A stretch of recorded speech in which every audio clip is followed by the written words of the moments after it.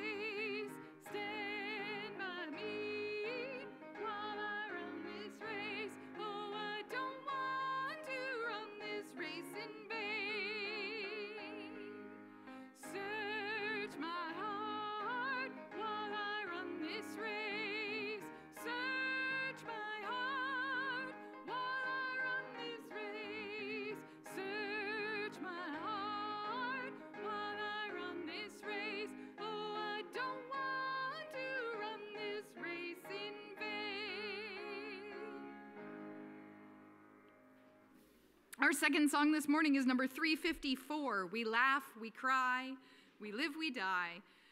Number 354.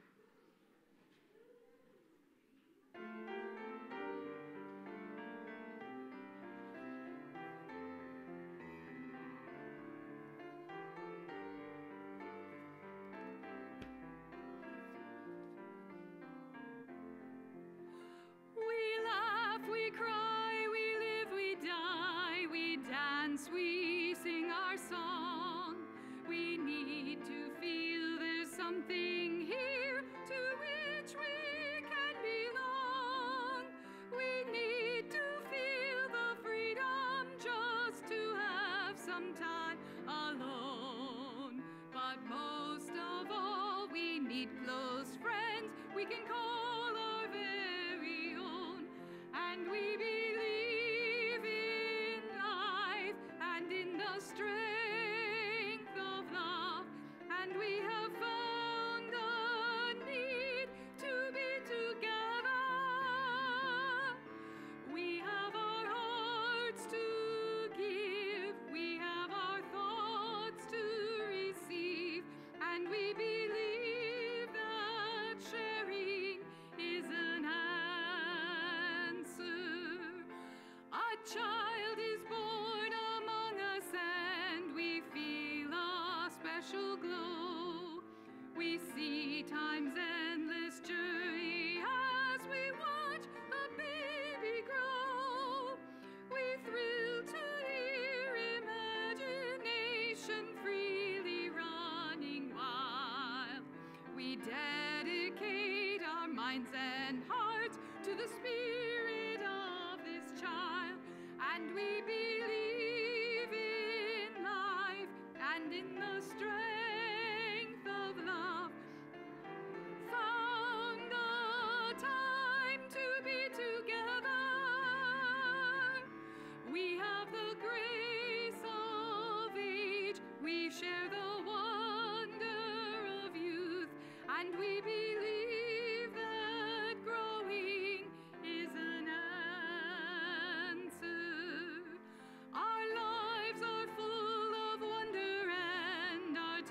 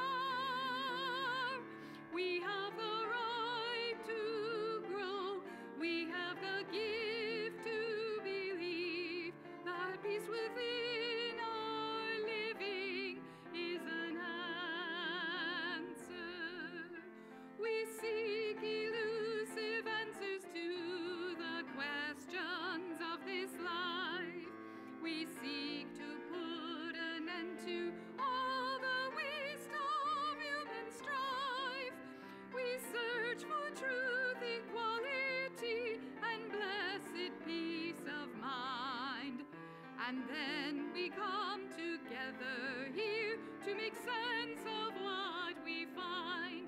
And we believe in life and in the strength of love. And we have found a joy being together. And in our search for peace, maybe we'll finally see even to question truly is an answer. Good morning. Please take a moment and greet your neighbors.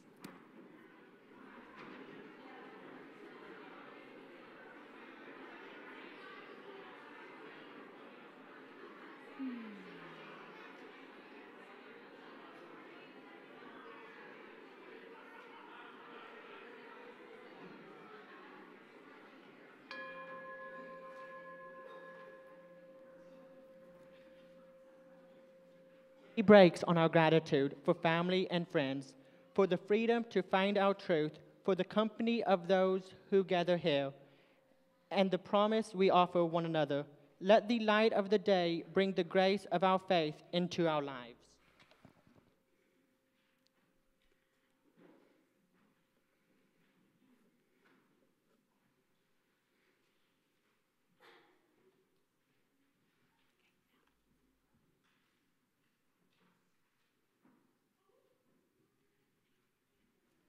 Happy New Year, everybody.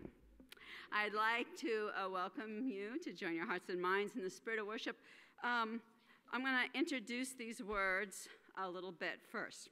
Unitarian poet Henry Wadsworth Longfellow gracefully presented his experience of old age in, and I forgot all my Latin I took, morituri salamatus, which means we who are about to die salute you, which is, I guess, what the people in the gladiator ring used to say before they fought, but that's not what he's talking about. Poem for the 50th anniversary of the class of 1825. Okay.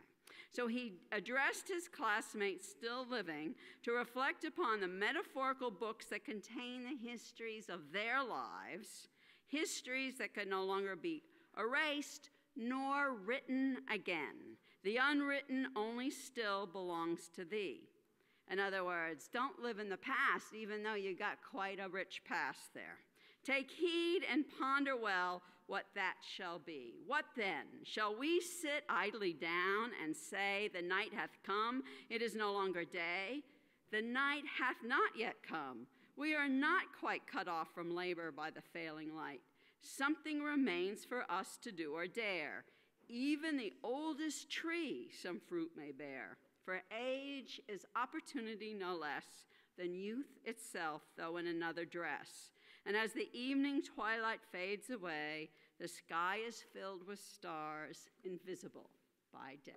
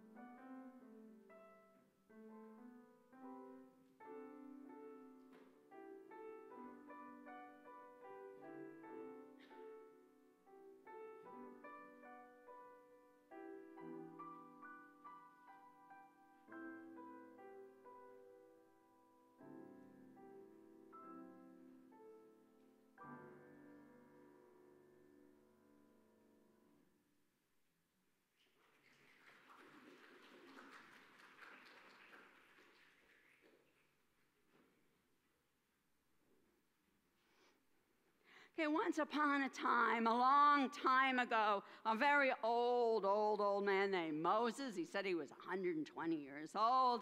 He had been leading his tribe, the Israel tribe, for 40 years, saying that they're going to go to a promised land, a land that their God had promised them. And, I mean, that'd been a long time. Nobody even asked, are we there yet? For like 20 years. So when one day he came to this edge of this plain and they looked down over this river, he said, oh, that's the River Jordan. And there were these nice rolling hills beyond it that actually were really green and lovely looking. And he said, that's the promised land. They're all like, oh, there really was a promised land? Oh, we're here? What do we do? I mean, they really were speechless. So Moses, however, was never speechless. He had plenty to say. He said, you know, I'm really old, 120, that's old.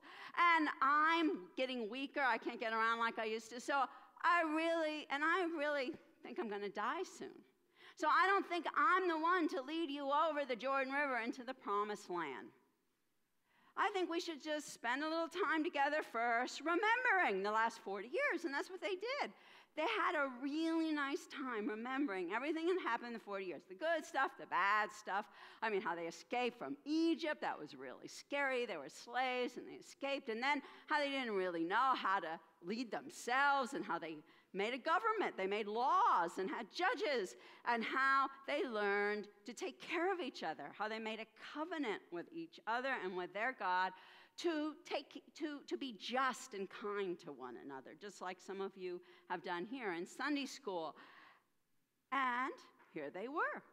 They had made it as a tribe into this place. But then he said, you know, this is a big change. This is going to be really new for you. We're not going to be traveling around. And look at out there. That's a different land. That's not Egypt. That's not a place where you have to irrigate the wide river plains. It says, and it's not the wilderness. It's not a place where we're wandering around, often in the desert, looking for enough grass for our sheep and our goats.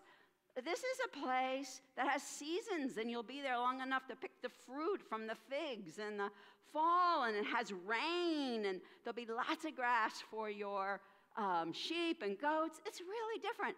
So maybe this is a good time to choose how you want to live, to choose life or death, blessing or curse. And he said, you know what was a blessing was when we kept covenant with each other. But let's renew that covenant because it's going to be different. And they talk quite a long time about what this new covenant's going to be. It has a lot of the old. It's still about like honoring your parents.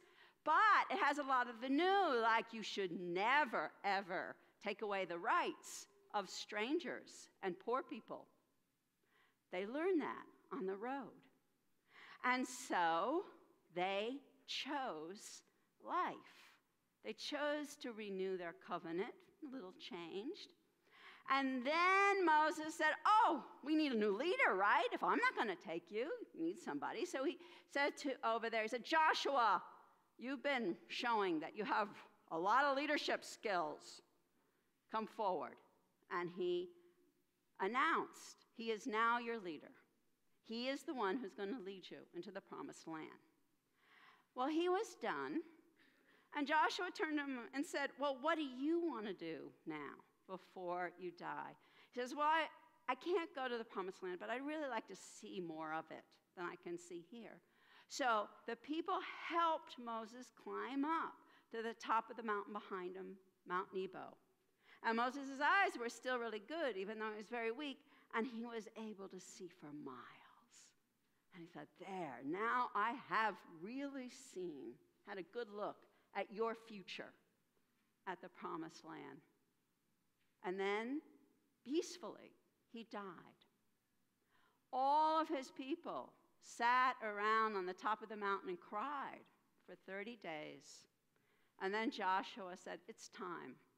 It's time for us to go down the mountain, cross the River Jordan, and begin our new life together. So ends our story. And Karina, you're going to, here. Yeah. We would like to invite the children, send them off to Ari by singing the children's blessing in the back of the gray hymnal.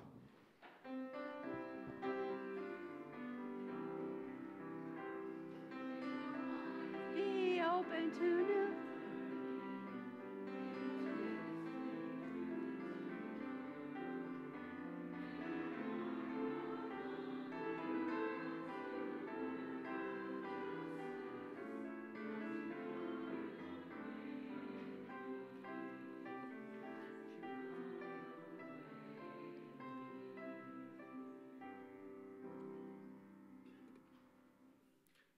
Good morning. My name is Roddy Biggs, and I'm a co-chair of the Social Justice Committee, and it is my pleasure to welcome you to the sanctuary and to those joining us online to worship this morning. In order to reach a wider community than those who continue, let me remind you to silence your cell phones. As Unitarian Universalists, our spiritual paths vary, but in this congregation, we have made a covenant together. We affirm our interdependence, celebrate our differences, and work for justice. We deepen our relationships as we create a compassionate, welcoming community, nurture spiritual growth, and act on our values in the broader world. I want to extend a special welcome to visitors worshiping with us this morning.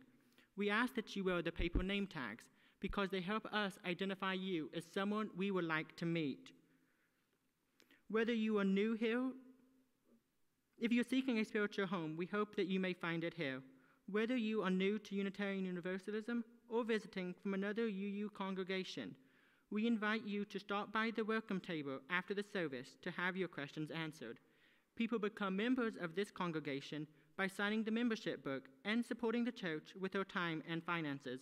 If you are considering joining the church, please talk to our assistant minister, Denise Gouch. Following the service, we hope everyone will enjoy coffee and fellowship in the social area, where you will find information about current opportunities for engagement and reflection. There are a number of announcements in the weekly bulletin, which I hope that you will take home and read. Here are a few more. Are you new here, interested in learning more about us? The membership committee invites visitors and newcomers to visit with our lead minister, Reverend Gail Seavey, at a Meet the Minister luncheon today following the second service. Bring your questions about Unitarian Universalism or this congregation and enjoy a light lunch and conversation with Gail Seavey in Classroom A just off the social hall. And on Sunday, January 12th, there is a new members class. On Saturday, January 12th, there is a new members class from 9 a.m. to 1 p.m. where you can join Assistant Minister Denise Gouch and others for an orientation to Unitarian Universalism and fun. Brunch, childcare, and good company will be provided. Those who attend this class may also choose to sign our membership book in the new member celebrations during services on Sunday, January 27th. Tickets to the February 9th Valentine's Habitat for Humanity Build fundraising dinner and show go on sale beginning today after the services at the social justice table in the social hall. The $25 tickets include dinner, wine, and art auction and live entertainment by talented fund members. Childcare will be provided. Please consider donating art, cooking, or helping the night of the event with desserts, serving, setup, or cleanup. And last but not least, if you bought a poinsettia over the holidays, please take them home with you. Your gifts graciously made our sanctuary more pretty over the holidays. Thank you.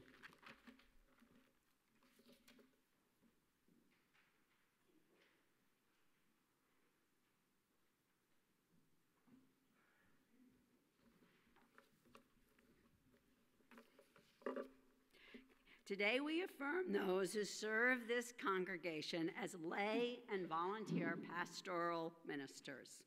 These volunteers have been trained either professionally or by the lead minister in compassionate listening skills. They represent the congregation as they make visits, phone calls, and letters for members in need. Supervised by the lead and assistant ministers, that's us, they assist us in serving the pastoral needs of the congregation. They're our team. I'm going to invite people who are present, lay ministers and chaplains, to come forward, but when you come, will you bring your order of service? And the rest of you might be interested in knowing that the covenant that we are about to recite is inside in your service notes. So would the following lay ministers come forward, please?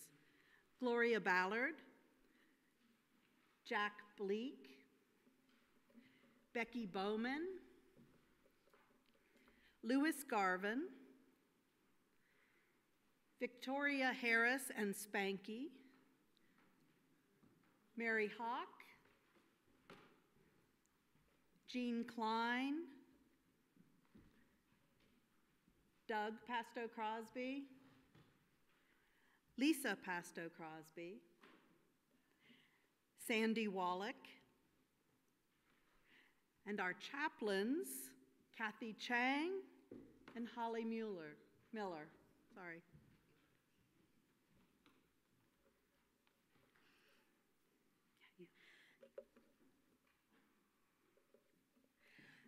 These lay ministers and chaplains affirm their commitment by renewing their covenant every year with the Lay and Volunteer Pastoral Ministry Covenant, which is in your order of worship. And you recite. We, the lay and volunteer pastoral ministers of First Unitarian Universalist Church of Nashville, enter a ministry of caring with our beloved community. We covenant to enrich the church life through sharing the blessings and challenges we face, be present for members and friends in need, maintain the confidences which we are privileged to hold, grow in our roles as lay and volunteer pastoral ministers, serve with the support and guidance of our senior ministers. We do this in affirmation of the sacred connections that bind us to one another in loving community.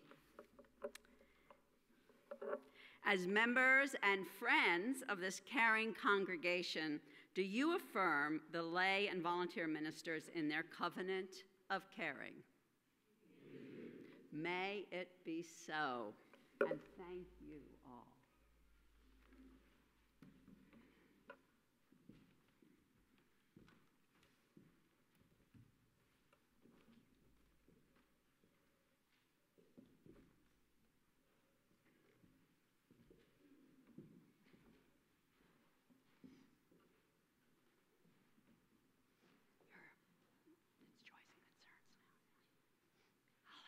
Joys and concerns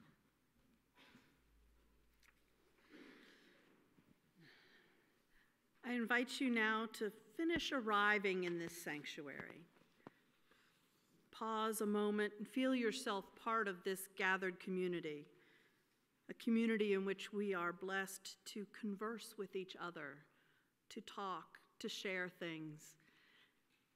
And I invite you, as you feel the seat beneath you, take a deep breath or two, to think back over the last hours or days, the last week perhaps.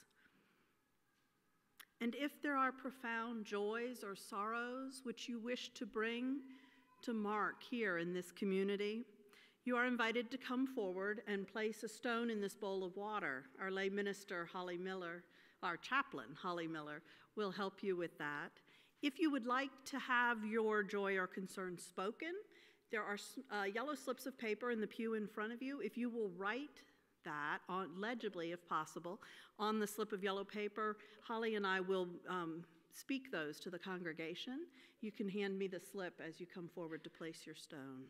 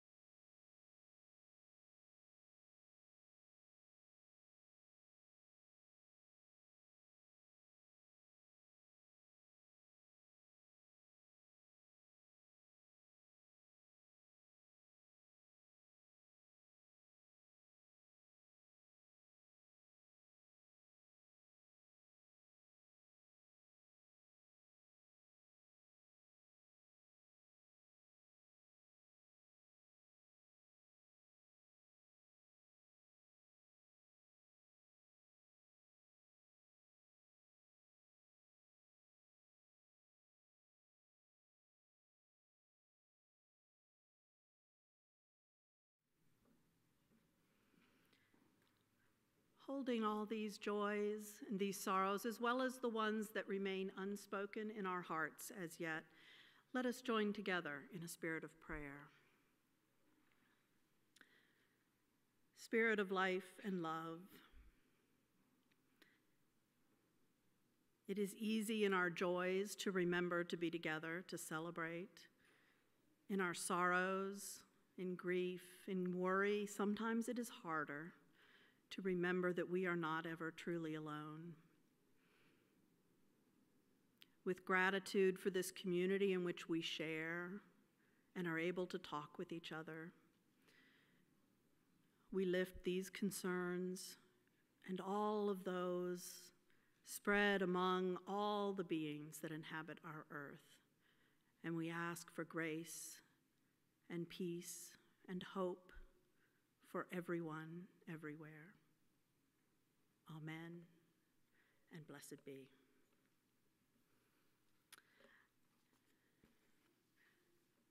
At this time in the service, our gratitude overflows into the offering bowls that will be passed shortly by our ushers. Every month, we pick an organization in the wider community or an organization that interacts with the wider community from within our congregation and shares our mission and promotes our values in the wide world, with whom we will share part of our offering. This month's Share the Plate recipient is our own committee for the larger faith, which is responsible for our engagement with the wider denomination. If you want to see a little bit of what they use, the offering for, you can find that in your order of service. If you would like to give electronically, there are instructions in the order of service for that. Those of you at home can find those instructions on our website. As always, your generosity, like your presence here among us, is received with gratitude.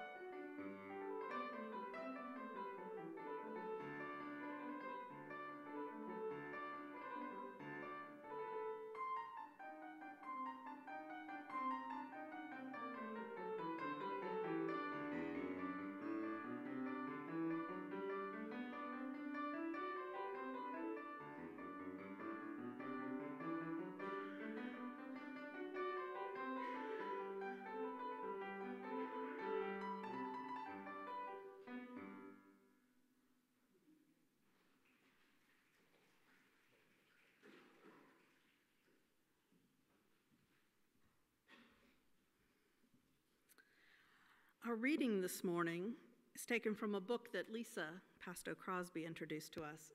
It's by Bruce Marshall, In Later Years, Finding Meaning and Spirit in Aging.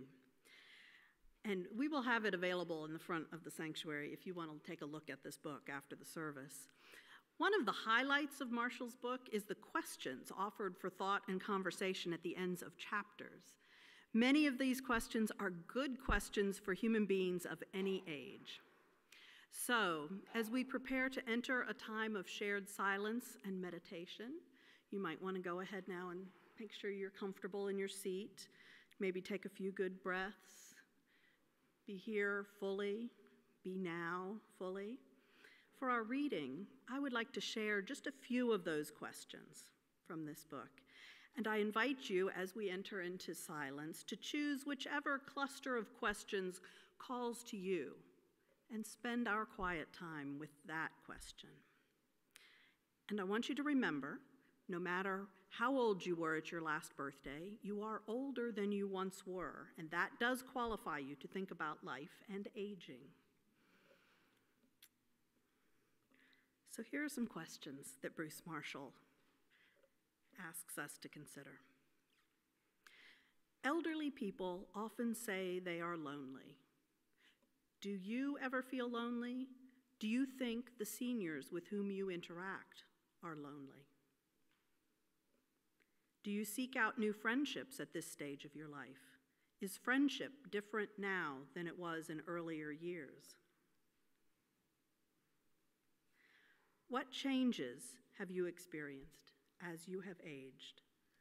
Do you generally welcome change, resist change, some combination of those two? Have you gained wisdom in your years of living? What advice would you offer to those who are younger, anticipating their aging? What have you learned that you would pass on to them? Let us be together in silence.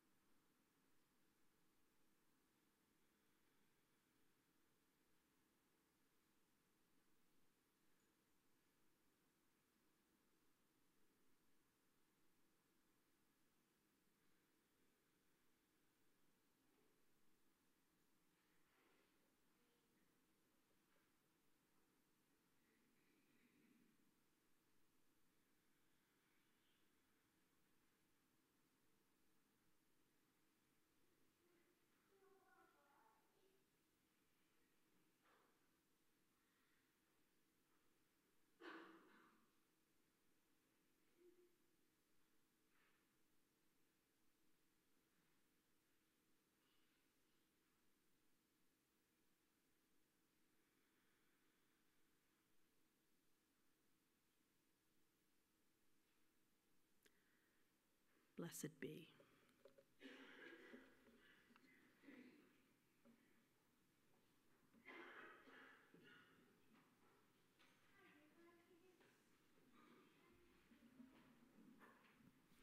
I'd like to invite you to rise in body or in spirit and join in singing hymn number 307, The Human Touch Can Light the Flame, hymn number 307 in the gray hymnal.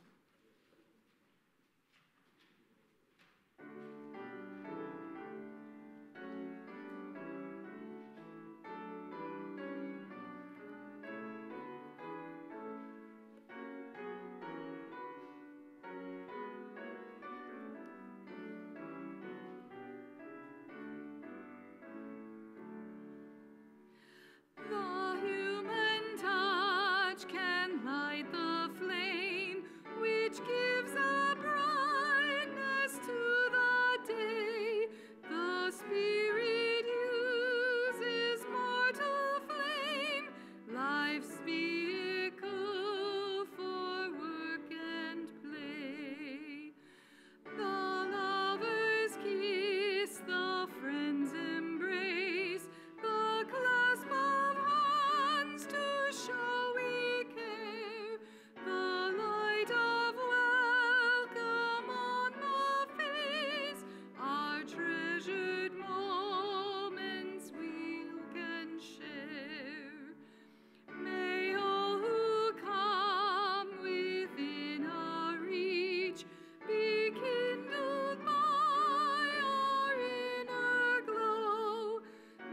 just in spirit's words we preach, in human touch, love's faith we show.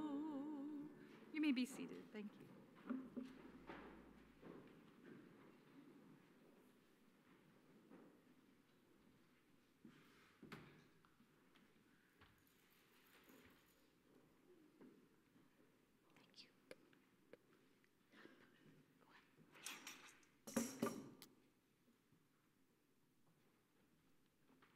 Down.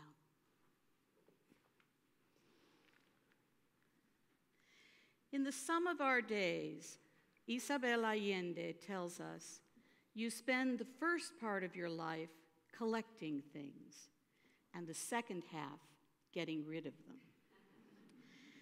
If we think of what she calls things that we collect in our younger years as not only the material possessions, but also children, family, friends, education, skills, and talents that we've developed, I think we can get at what she means by this. The idea may sound depressing, but it needn't be. Think of children, for example.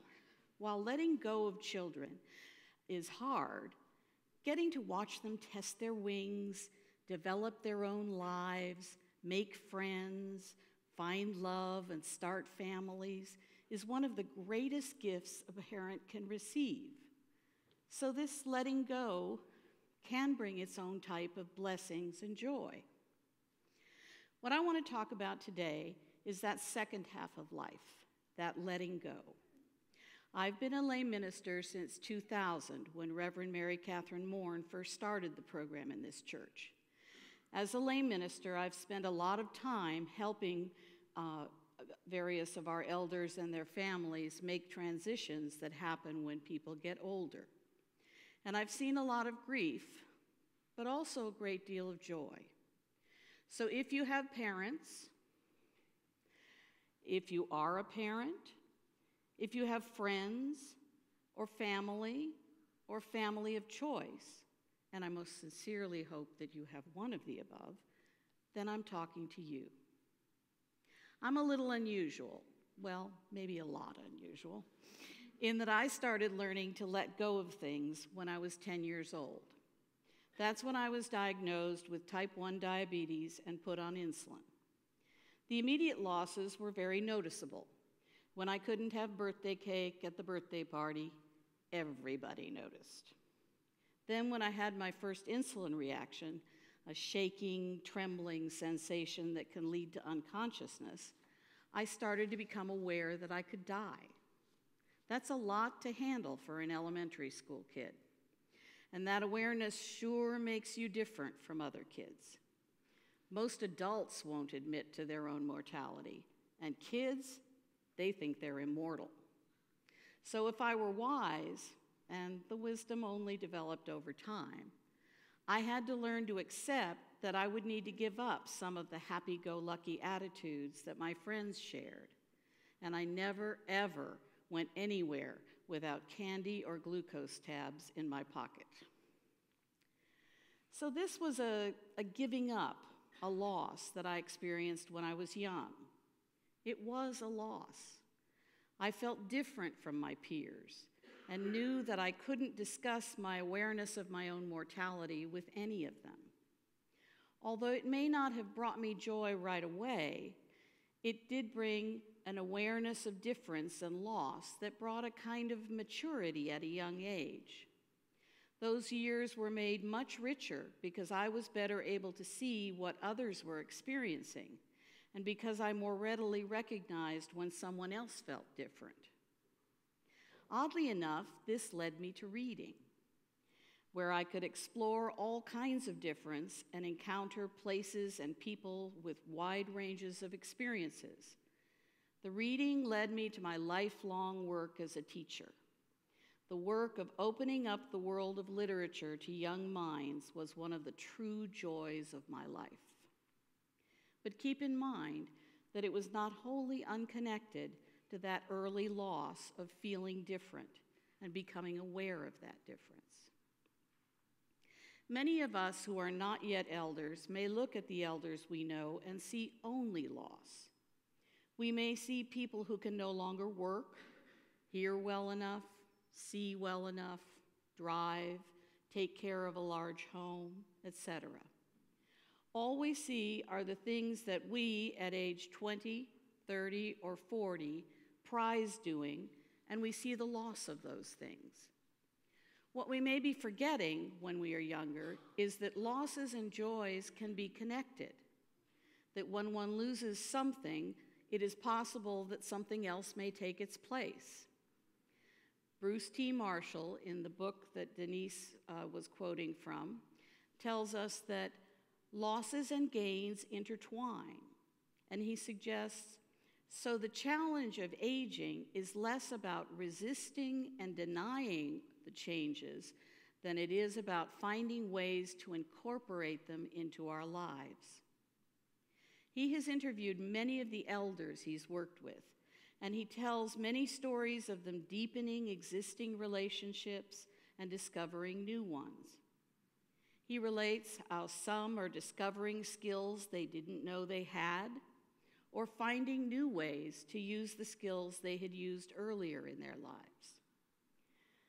He demonstrates many ways that elders can share the wisdom they have gained over the years and speaks of the joys of remembering the events of long lives. It's evident from what these elders have to say that there is a lot that we can gain as we age. We grow in wisdom and experience. We're able to slow down from the frantic pace of youth, and we learn to look at life experiences in a more measured way. Our very losses can enrich us the same way that my early loss enriched my life. So, if there are good things to look forward to, why do people dread getting older so much? Why do so many people shrink away from people who are old and avoid and fear places like assisted living centers or nursing homes? I think we tend to avoid anything that has to do with aging precisely when we only see the losses that elders have experienced. We probably notice the losses because those losses make their lives different from ours, and we fear having to endure those same losses. Our own fear prevents us from seeing any gain or joys they may be experiencing. We become paralyzed in our own worldview by our own fear of loss. From my perspective as a lay minister, it is this very fear of loss that creates the sorrow that many elders endure. Being avoided leads to loneliness, especially if many of your contemporaries have already passed. So, how can we age gracefully under such circumstances? Marshall cites Barbara L., who tells us, if there is such a thing as successful aging, it's really dependent on how a person handles loss. So then, I was very frightened. I went to see Reverend Gail. What will I do, I asked her, if I lose my vision? Well, Gail answered, you can always still be a lay minister. And I realized I could. I could still talk with people and offer support, listen to what they were experiencing. I could still be a lay minister. And then I got thinking, I'd lose my pressed flower art, but maybe I could go back to my music instead. I wouldn't be able to drive, but maybe I could get a dog that was trained as a guide dog as well as a diabetic alert dog.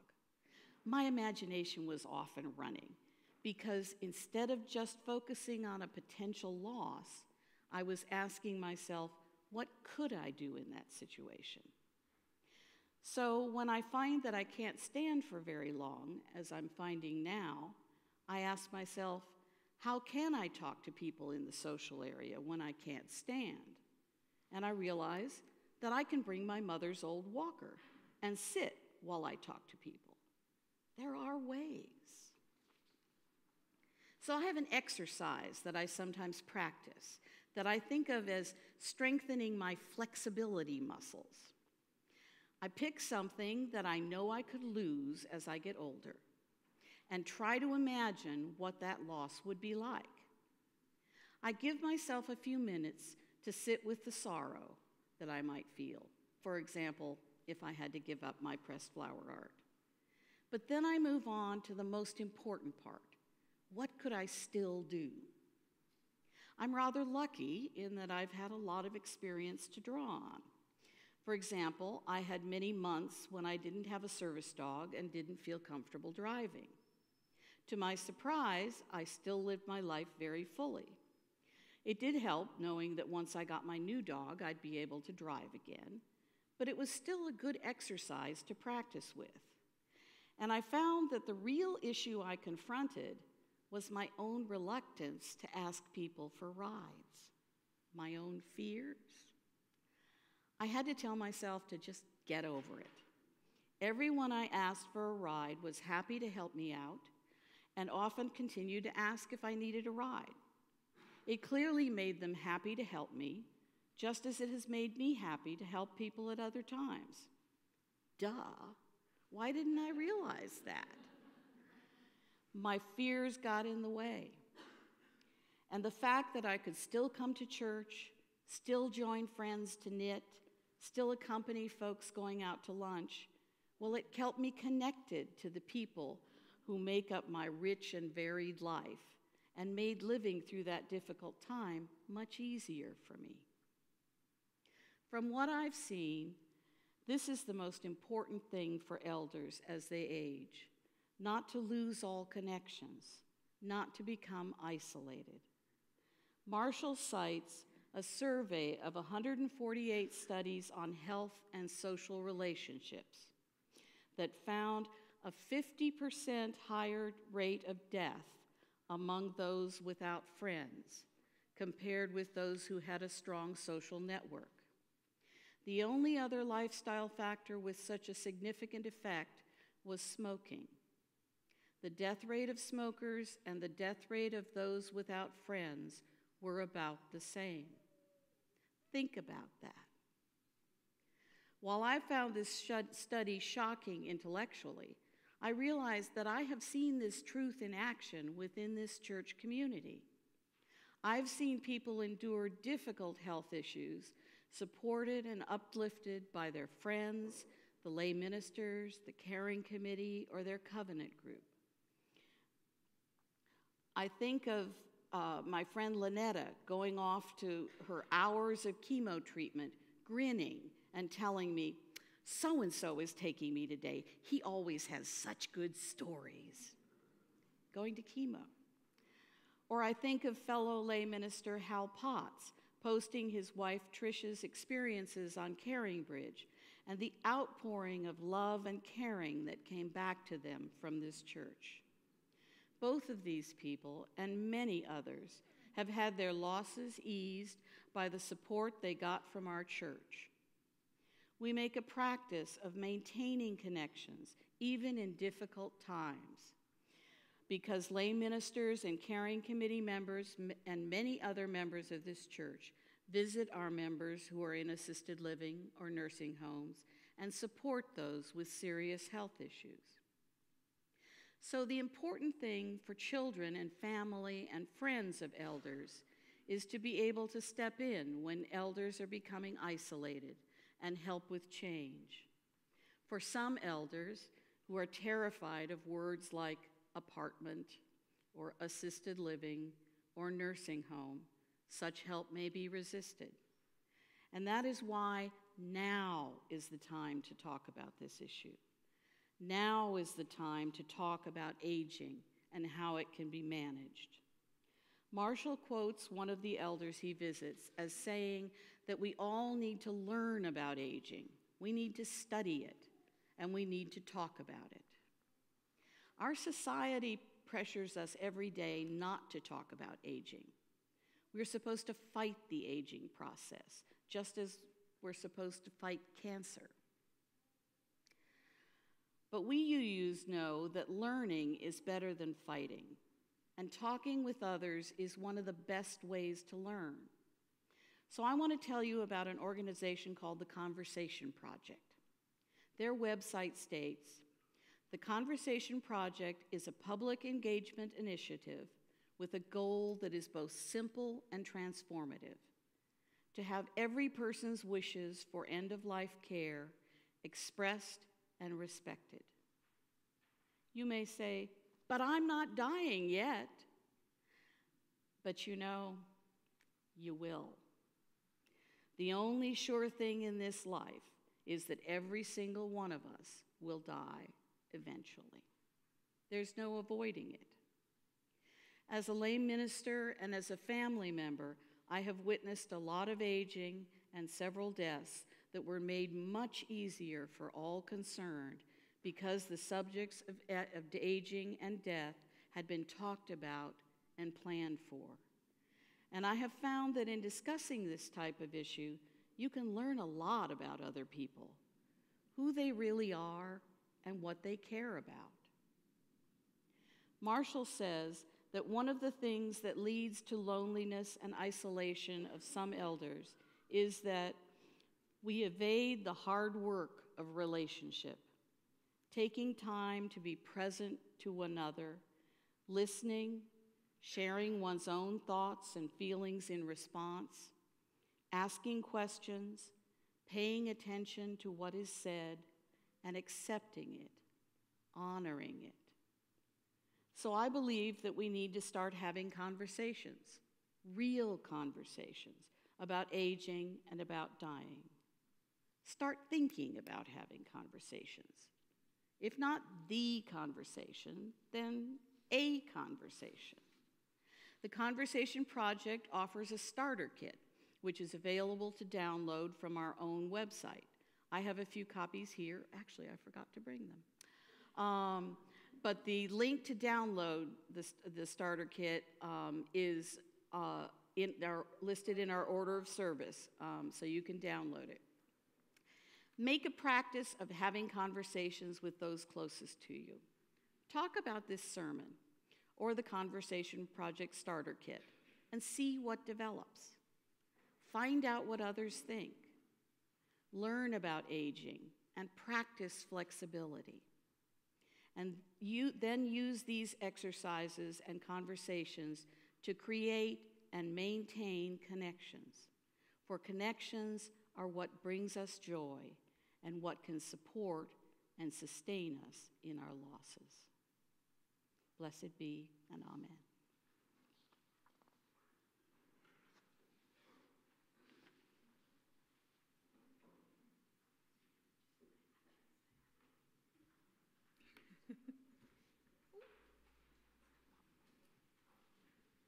I'd like to invite you to rise in body or in spirit as you're so moved and join in singing our closing song number 6, Just as Long as I Have Breath, hymn number 6 in Singing the Living Tradition.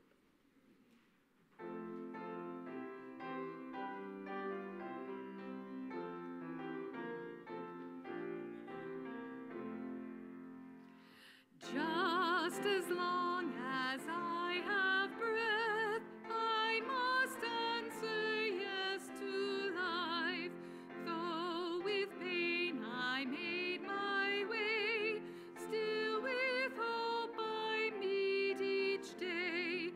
If they ask what I did well, tell them I said yes to life. Just as long as vision lasts, I must answer yes to truth. In my dream and in my dark, always that elusive spark. If they ask what I did well, tell them I said yes to truth. Just as long as my heart beats, I must answer yes to love. Disappointment pierced me through, still I kept on loving you. If they ask what I did best, tell them I said yes to love. The words "the child's extinguishing" can be found printed at the bottom of your order of service. We extinguish this flame, but not the light of truth, the warmth of community, the fire of commitment. These we carry in our hearts until we are together again.